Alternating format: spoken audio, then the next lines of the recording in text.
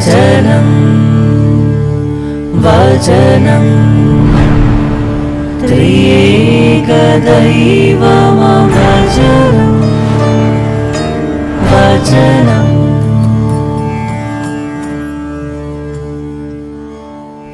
PC Varghese എന്ന ഒരു സുവിശേഷ പ്രഘോഷകനുണ്ട്. പെന്തക്കോസ്ത പാസ്റ്ററാണ്. അദ്ദേഹത്തിൻ്റെ ജീവിതത്തിലെ ഒരു കുഞ്ഞു സംഭവം അദ്ദേഹം പങ്കുവയ്ക്കുന്നത് ഞാൻ വായിച്ചിട്ടുണ്ട്.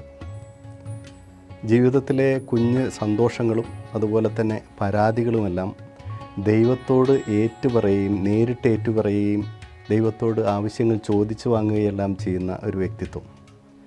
ഒരിക്കൽ അദ്ദേഹത്തിൻ്റെ ജീവിതത്തിൽ ഒരു കുഞ്ഞു സംഭവം, അദ്ദേഹം ഒരു വചനപ്രഘോഷണത്തിന് പോകാനായിട്ട് ഒരുങ്ങുന്ന സമയത്ത് അദ്ദേഹത്തിന് വസ്ത്രങ്ങളെല്ലാം തന്നെ അലക്കിയിട്ടിരിക്കുന്നതുകൊണ്ട് ആകെ ഉണ്ടായിരുന്ന ഒരു ജുബ്ബ എടുത്ത് ഇടേണ്ടി വന്നു. അതാണെങ്കിൽ അദ്ദേഹത്തിന് അത്ര ഇഷ്ടമല്ലാത്ത ഒരു ജുബ്ബയാണ്, തിളക്കമുള്ള ഒരു ജുബ്ബ. അതുകൊണ്ട് തന്നെ മാറ്റി വെച്ചിരിക്കുകയായിരുന്നു. അദ്ദേഹം അത് എടുത്തിട്ടപ്പോൾ അദ്ദേഹത്തിൻ്റെ നെഞ്ചിലെ അല്ലെങ്കിൽ മാറത്തെ ബട്ടൺ അതിൽ കാണുന്നില്ല. അദ്ദേഹം കുറച്ച് തിരഞ്ഞെല്ലാം നോക്കി, പക്ഷേ കിട്ടിയില്ല. അപ്പോൾ അദ്ദേഹം ആ ഒരു കുഞ്ഞു കാര്യം ദൈവത്തോട് അവിടെ തന്നെ മുട്ടുകുത്തി നിന്ന് പറഞ്ഞു, ദൈവമേ എനിക്കൊരു ബട്ടൺ തരണം. നമുക്ക് കേൾക്കുമ്പോൾ ചിരി തോന്നുന്ന ഒരു കാര്യമാണെങ്കിലും അദ്ദേഹം ദൈവത്തോട് അത് പറഞ്ഞു, എനിക്കൊരു ബട്ടൺ തരണം. അതിനുശേഷം വീട്ടിൽ തിരഞ്ഞു നോക്കിയെങ്കിലും അത് കിട്ടിയില്ല. പിന്നെ അദ്ദേഹം വചനപ്രഘോഷണത്തിനായി പോയി. വഴിയിൽ വെച്ച് പെന്തക്കോസ്ത കെട്ടിടത്തിൻ്റെ അടുത്ത് എത്തിയപ്പോൾ അദ്ദേഹം കാറിൽ നിന്നിറങ്ങി മുന്നോട്ട് നടക്കുന്ന സമയത്ത് ഒരു ഷോപ്പിൻ്റെ ഷട്ടറിൻ്റെ മുൻഭാഗത്ത് ഒരു ബട്ടൺസ് കിടക്കുന്നു. അദ്ദേഹം കുനിഞ്ഞു നോക്കി. ആ ബട്ടൺ ഈ ജുബ്ബയിൽ കൊളുത്താൻ പറ്റുന്ന രീതിയിലുള്ള ഒരു ബട്ടൺ. അദ്ദേഹം അത്ഭുതം കൊണ്ട് ആ സ്ഥലത്ത് തന്നെ മണ്ണിൽ മുട്ടുകുത്തി നിന്ന് ദൈവമേ നന്ദി, ദൈവമേ സ്തോത്രം എന്ന് പറഞ്ഞു. അപ്പോൾ അത് കണ്ടു നിന്നിരുന്ന കുറച്ച് ആൾക്കാർ ചിരിച്ചുകൊണ്ട് പറഞ്ഞു, പെന്തക്കോസ്ത കെട്ടിടം കണ്ടപ്പോഴേക്കും ഭ്രാന്ത് പിടിച്ചോ എന്ന് പറഞ്ഞ് അവർ ചിരിച്ചു. അദ്ദേഹം അവിടെ നിന്ന് എഴുന്നേറ്റ് അവരുടെ അടുത്ത് ചെന്ന് അവരോട് പറഞ്ഞു, പെന്തക്കോസ്തയുടെ കെട്ടിടം കണ്ടതുകൊണ്ടല്ല എനിക്ക് ഭ്രാന്ത് പിടിച്ചത്. പെന്തക്കോസ്തയുടെ അനുഭവം നെഞ്ചിലുണ്ടായതുകൊണ്ടാണ്, ഉള്ളിലുണ്ടായതുകൊണ്ടാണ്. പാക്സ് കമ്മ്യൂണിക്കേഷൻസിൻ്റെ ത്രസ് കാന്തോസ് എന്ന വചന വിചിന്തനത്തിലേക്ക് ഏവർക്കും സ്വാഗതം. ഇന്ന് തിരുസഭ പെന്തക്കോസ്ത തിരുനാൾ ആചരിക്കുകയാണ്. പെന്തക്കോസ്തയുടെ ഒരു അനുഭവം നമ്മുടെ ഉള്ളിൽ നടക്കണം. പെന്തക്കോസ്തയുടെ ഒരു ഉത്സവം നമ്മുടെ ഉള്ളിൽ നടക്കണം. പെന്തക്കോസ്ത എന്ന വാക്ക് ഒരു ഗ്രീക്ക് ഭാഷയിൽ നിന്ന് ഉണ്ടായിട്ടുള്ളതാണ്. അതിൻ്റെ അർത്ഥം 50-ാമത്തെ ദിനം എന്നുള്ളതാണ്. അപ്പോൾ കൊയ്ത്തുകാലത്തിൻ്റെ ആഘോഷമായിട്ടാണ് നമ്മൾ ചെയ്തതിൻ്റെ ഫലം സ്വീകരിക്കുന്ന, അല്ലെങ്കിൽ കൊയ്ത്ത് നടത്തുന്നതിൻ്റെ ഓർമ്മയായിട്ടാണ് ഈ 50-ാമത്തെ ദിനം ആഘോഷിക്കുന്നത്, പെന്തക്കോസ്ത ദിനം.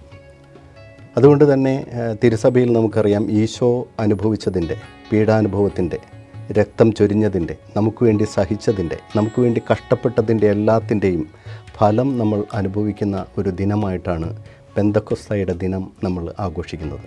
അന്ന് ഈശോ വാഗ്ദാനം ചെയ്ത പരിശുദ്ധാത്മാവിനെ നമ്മൾ സ്വീകരിക്കുകയാണ്.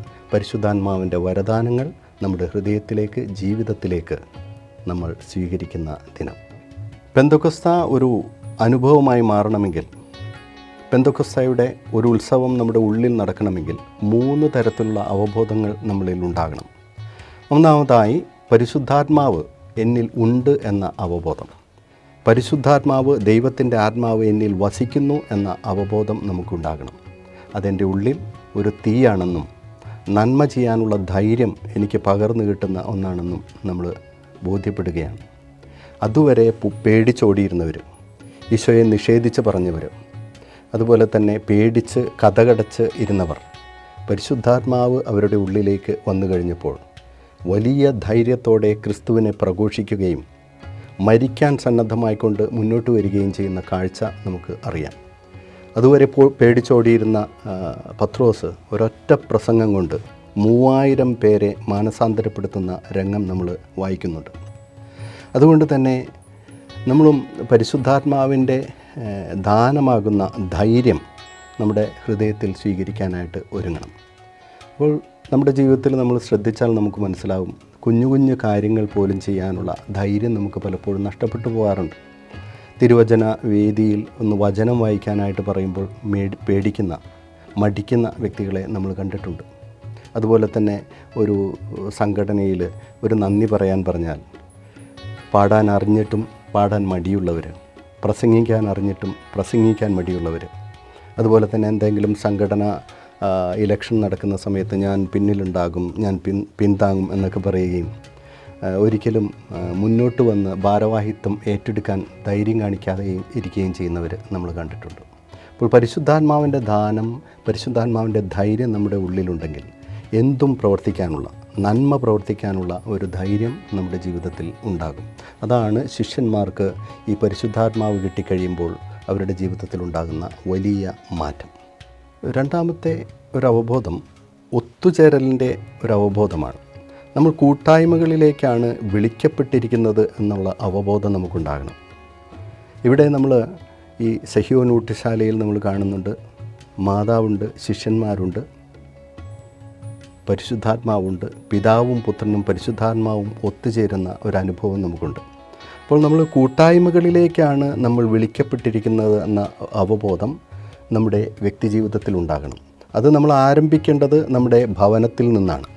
ഭവനത്തിൽ ഒന്നിച്ചിരുന്ന് പ്രാർത്ഥിക്കുന്ന, ഒന്നിച്ചിരുന്ന് ഭക്ഷണം കഴിക്കുന്ന ചിന്തകളും അനുഭവങ്ങളും നമുക്കുണ്ടെങ്കിൽ ബന്ധങ്ങളുടെ അർത്ഥവും ആഴവും നമുക്ക് മനസ്സിലാകും എന്നുള്ളതാണ്. നമ്മുടെ മക്കളെയും ബന്ധങ്ങളുടെ അർത്ഥം മനസ്സിലാക്കിക്കൊണ്ട് മറ്റുള്ളവരോട് ഇടപഴകാനായിട്ട്, ബഹുമാനിക്കാനായിട്ട്, അനുസരിക്കാനായിട്ട് പഠിപ്പിക്കണം. അപ്പോൾ മാത്രമാണ് കൂട്ടായ്മയുടെ ഒരു അനുഭവം അവരുടെ ജീവിതത്തിൽ ഉണ്ടാകുക. നമ്മുടെ ഭവനത്തിലൊരു മരണം നടക്കുന്ന സമയത്ത് അല്ലെങ്കിൽ വിവാഹം നടക്കുന്ന സമയത്ത് മാത്രം ഒന്നിച്ചു കൂടുകയും പരസ്പരം ചിരിക്കുകയും കളിക്കുകയും ചെയ്ത് പിരിയുന്ന ഒരനുഭവമല്ല നമുക്കുണ്ടാകേണ്ടത്. മറിച്ച് എപ്പോഴും കൂട്ടായ്മയുടെ ഒരു ചിന്ത നമ്മുടെ മനസ്സിലുണ്ടാകണം. കാരണം അതിലേക്കാണ് നമ്മൾ വിളിക്കപ്പെട്ടിരിക്കുന്നതെന്ന ബോധ്യം നമ്മുടെ ജീവിതത്തിൽ ഉണ്ടാകണം. മൂന്നാമതായി, ഞാൻ അയക്കപ്പെട്ടവനാണ് എന്നുള്ള ഒരു അവബോധം നമുക്ക് ഉണ്ടാകണം. ക്രിസ്തു ഇങ്ങനെ ഇന്നത്തെ സുവിശേഷത്തിൽ പറയുന്നുണ്ട്, പിതാവ് എന്നെ അയച്ചതുപോലെ ഞാനും നിങ്ങളെ അയക്കുന്നു. അപ്പോൾ പരിശുദ്ധാത്മാവിനെ നൽകിക്കൊണ്ട് നമ്മളെ അയക്കുകയാണ് എന്ന ഒരു ബോധ്യം, അവബോധം നമ്മുടെ ജീവിതത്തിലുണ്ടെങ്കിൽ മാത്രമാണ് നമ്മൾ സ്വീകരിച്ച കൃപകൾ കൊണ്ട് മറ്റുള്ളവരിലേക്ക് നന്മ ചെയ്യാനായിട്ടുള്ള ഒരു പ്രേരണ നമ്മുടെ ജീവിതത്തിൽ ഉണ്ടാവുകയുള്ളൂ. ഇല്ലെങ്കിൽ നമ്മുടെ തന്നെ വ്യക്തിപരമായ, നമ്മുടെ തന്നെ കുടുംബത്തിൻ്റെ തുച്ഛമായ സന്തോഷങ്ങളിൽ ഒതുങ്ങിക്കൂടുന്ന വ്യക്തികളായി നമ്മൾ മാറും.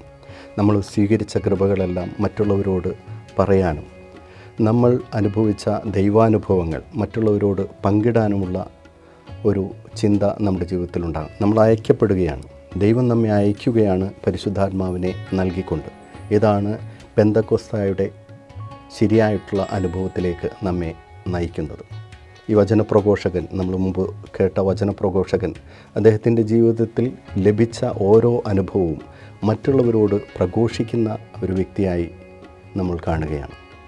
ഈ പെന്തക്കോസ്ത ദിനത്തിലും നമ്മുടെ വ്യക്തി ജീവിതത്തിൽ പരിശുദ്ധാത്മാവിൻ്റെ ധൈര്യവും കൃപയും നമ്മുടെ ജീവിതത്തിൽ ഉണ്ടെന്നും അതുപോലെ തന്നെ നമ്മൾ കൂട്ടായ്മയിലേക്കാണ് വിളിക്കപ്പെട്ടിരിക്കുന്നതെന്നും നമ്മൾ അയക്കപ്പെട്ട വ്യക്തികളാണ് എന്ന ബോധ്യവും നമ്മുടെ ജീവിതത്തിലുണ്ടെങ്കിൽ ദൈവത്തിന് സാക്ഷ്യം വഹിക്കുന്ന, ഈശോയ്ക്ക് സാക്ഷ്യം വഹിക്കുന്ന വ്യക്തികളായി നമ്മൾ രൂപാന്തരപ്പെടും. എല്ലാവർക്കും പെന്തക്കോസ്ത തിരുനാളിൻ്റെ ആശംസകൾ സ്നേഹപൂർവ്വം നേരുന്നു.